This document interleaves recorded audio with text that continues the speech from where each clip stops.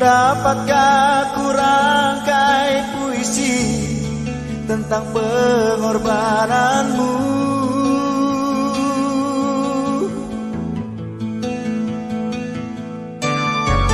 Dunia pedih menggantikan mahkota kemuliaan-Mu,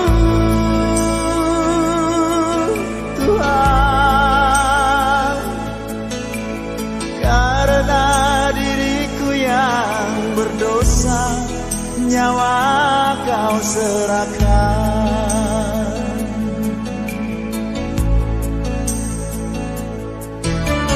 Kau balut luka di hatiku dengan kasih yang tulus.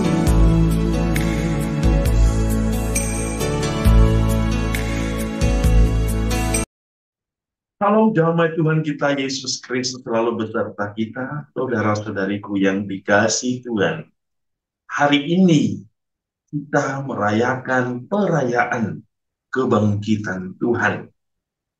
Hari di mana seluruh umat Allah menantikan waktu Allah menghancurkan kekuasaan kegelapan, menghancurkan kekuasaan iblis, menghancurkan kekuasaan maut.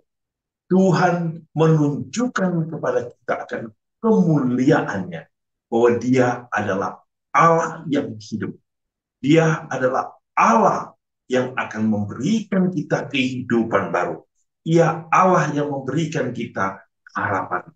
Ia sudah berkata, "Akulah kebangkitan dan kehidupan. Barang siapa percayaku, ia akan bangkit bersama." Saudara-saudari, pada hari ini, pada perayaan hari di mana Tuhan memberikan kita kehidupan baru, Ia memperbarui hidup kita dengan kasih-Nya yang besar, kasih-Nya yang luar biasa. Ia menghidupkan kita kembali dari kematian. Ia mengangkat kita dari kebinasaan, dan Ia mengubah kita dari hamba dosa menjadi putra-putri Allah. Saudara-saudari, hari ini kita akan merenungkan sabda Tuhan yang akan kita dengar dari bacaan-bacaan perjanjian lama. Lalu kita akan mendengar bacaan epistola, dan dalam bacaan Injil hari ini dari Injil Matius bab 28 ayat 1 sampai 10, kita akan merenungkan misteri Paskah, misteri cinta Allah bagi manusia. Mari kita mendengarkan firman Tuhan. Inilah Injil suci menurut Matius. Setelah hari Sabat lewat, menjelang menyingsingnya fajar pada hari pertama minggu itu, pergilah Maria Magdalena dan Maria yang lain menengok kubur itu. Maka terjadilah gempa bumi yang hebat, sebab seorang malaikat Tuhan turun dari langit dan datang ke batu itu dan menggulingkannya, lalu duduk di atas. Wajahnya bagaikan kilat dan pakaiannya putih bagaikan salju. Dan penjaga-penjaga itu gentar ketakutan dan menjadi seperti orang-orang mati. Akan tetapi malaikat itu berkata kepada perempuan-perempuan itu, "Janganlah kamu takut, sebab aku tahu kamu mencari Yesus yang disalibkan. Ia tidak ada di sini, sebab Ia telah bangkit, sama seperti yang telah dikatakannya. Mari, lihatlah tempat Ia berbaring.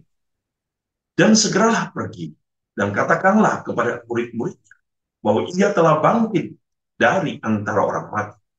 Ia mendahului kamu ke Galilea. Di sana kamu akan melihat Dia. Sesungguhnya aku telah mengatakannya kepadamu." Mereka segera pergi dari kubur itu dengan takut dan dengan sukacita yang besar, dan berlari cepat-cepat untuk memberitahukannya kepada murid-murid Yesus.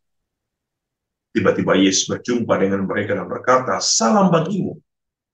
Mereka mendekatinya dan memeluk kakinya serta menyembahnya. Maka kata Yesus kepada mereka, "Jangan takut, pergi dan katakanlah kepada saudara-saudaraku supaya mereka pergi ke Galilea, dan di sanalah mereka akan melihat aku." Demikianlah sabda Tuhan. Terpujilah Kristus. Saudara-saudariku yang dikasihi Tuhan,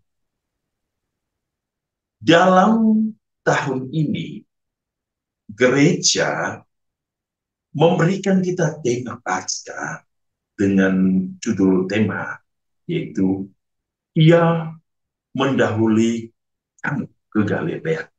Jangan takut. Ini sangat menarik. Ya. Ia mendahului kamu. Jangan takut. Saudara-saudari, peristiwa Paskah menjadi suatu peristiwa bahagia, bukan hanya bagi umat Kristiani atau orang yang percaya.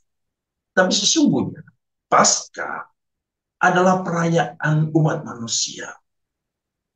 Sebab manusia pertama yang telah mengalami kebinasan oleh dosa, diperbaharui oleh Allah melalui peristiwa hidup yang Allah hadirkan di dalam kehidupan kita. Sejak awal ketika Ia datang dalam kehidupan manusia, dalam bangsa pilihan, Ia sedang memperbarui hidup manusia, memperbaharui gambaran dan citra Allah yang telah kita. Saudara-saudari, pada awal Paskah itu dirayakan sebagai perayaan syukur atas musim semi, atas hasil panen. Lalu Paskah itu terus berubah. Paskah itu untuk merenungkan, untuk merayakan perayaan kemenangan bangsa Israel dari perbudakan. Dan Paskah saat ini yang kita rayakan adalah perayaan Paskah, kemenangan Allah atas maut, kemenangan Allah yang membebaskan manusia dari perbudakan dosa menuju kepada kemuliaan sebagai putra-putri terang, dari kegelapan sebagai anak, dari hamba dosa menjadi putra-putri Allah. Inilah yang memberikan kita sukacita yang sangat luar biasa ketika kita merayakan perayaan Paskah. Karena sukacita yang Allah berikan adalah sukacita abadi, di mana Allah memulihkan dan memperbarui hidup manusia. Manusia yang dulu menjadi manusia yang baru saat ini di dalam terang Allah. Melalui kisah-kisah hidup, melalui pewartaan, melalui kesaksian hidupnya dan puncaknya, melalui kematiannya di kayu salib, Allah membersihkan kita melalui darah dan air. Allah membebaskan kita dari belenggu dosa. Ia membebaskan kita dari tawanan kekuasaan. Ia menjanjikan kita tahun rahmat Tuhan. Ia memberikan kita kepastian bahwa akulah Allah yang hidup. Akulah kebangkit. Maka setiap orang yang percaya kepadaku, ia tidak akan mati. Walaupun ia telah mati, namun ia tetap hidup selamanya. Maka dalam tahun itu, ketika gereja mengangkat sebuah tema, ia mendahului kamu ke Galilea, jangan takut. Pertama-tama, ia ingin menunjukkan pertama-tama kepada para rasul, lalu kepada kita, bahwa ia bukan Allah orang mati, tetapi ia Allah orang. Dan ia telah mengalahkan kematian. Dan ia lebih dahulu untuk memberikan kepastian kepada orang-orang yang percaya kepada. Penantian ini tentu menjadi sebuah kisah menarik bagi kita yang pertama. Bahwa ia menjanjikan, jangan takut. Ia memberikan harapan bagi kita di tengah kekhawatiran hidup, di tengah penderitaan hidup, yang di mana sebelum ini kita mengalami begitu banyak hal yang mencekam. Oleh karena ketakutan, kegelisahan, virus COVID, pandemik yang berkepanjangan, yang dimana mematikan seluruh kehidupan, dan bahkan membuat orang menjadi khawatir, cemas, bimbang, dan takut. di tengah kegalauan. Allah hari ini mengatakan, jangan takut, jangan khawatir. Ia sudah mengalahkan segala kekuasaan dunia. Maka yang dibutuhkan hari ini, bahwa ketakutan kita harus diubah menjadi sikap iman. Sikap iman berarti kita mau pergi ke Galilea. Pergi untuk bersama Yesus. Tinggal bersama Yesus. Hidup bersama Yesus. Berjalan bersama Yesus. Dan menikmati seluruh hidup kita bersama Yesus. Maka ia mengingat, aku akan pergi lebih dahulu ke Galilea. Namun di sisi lain, saudara-saudara, Tuhan juga memanggil kita sebagai bentuk perutusan. Dia mengumpulkan kita agar kita mendengarkan dia, agar kita menyaksikan kemenangan dia. Dan setelah itu, kita diutus untuk mewartakan kabar sukacita kebangkitan, kabar kemenangan Allah, kabar kemuliaan Allah, bahwa Allah datang memberikan sukacita, memberikan damai di hati kita, memberikan ketenangan bagi jiwa, dan memberikan kita harapan bahwa ia akan selalu bersama kita. Dan ia akan menyediakan tempat yang indah bagi kita. Ia membawa kita kepada Yerusalem baru.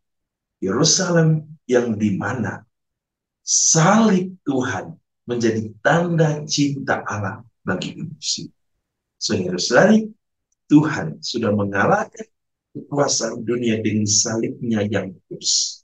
Salib sebagai simbol cinta, bukan lagi penderitaan dan sakit, tetapi sebagai kasih Allah bagi manusia, bahwa manusia juga senantiasa memancarkan kasih yang sama bagi dunia, bahwa kita juga adalah kasih itu, garam itu, terang itu bagi dunia. Saudara-saudari, selamat merayakan perayaan kebangkitan Tuhan. Haleluya, Tuhan sungguh telah bangkit. Mari kita memuji dan memuliakan Tuhan. Haleluya. Tuhan memberkati kita dalam seluruh hidup dan juga dalam seluruh karya keras dalam kita. Dalam nama Bapa dan Putra dan Roh Kudus. Amin.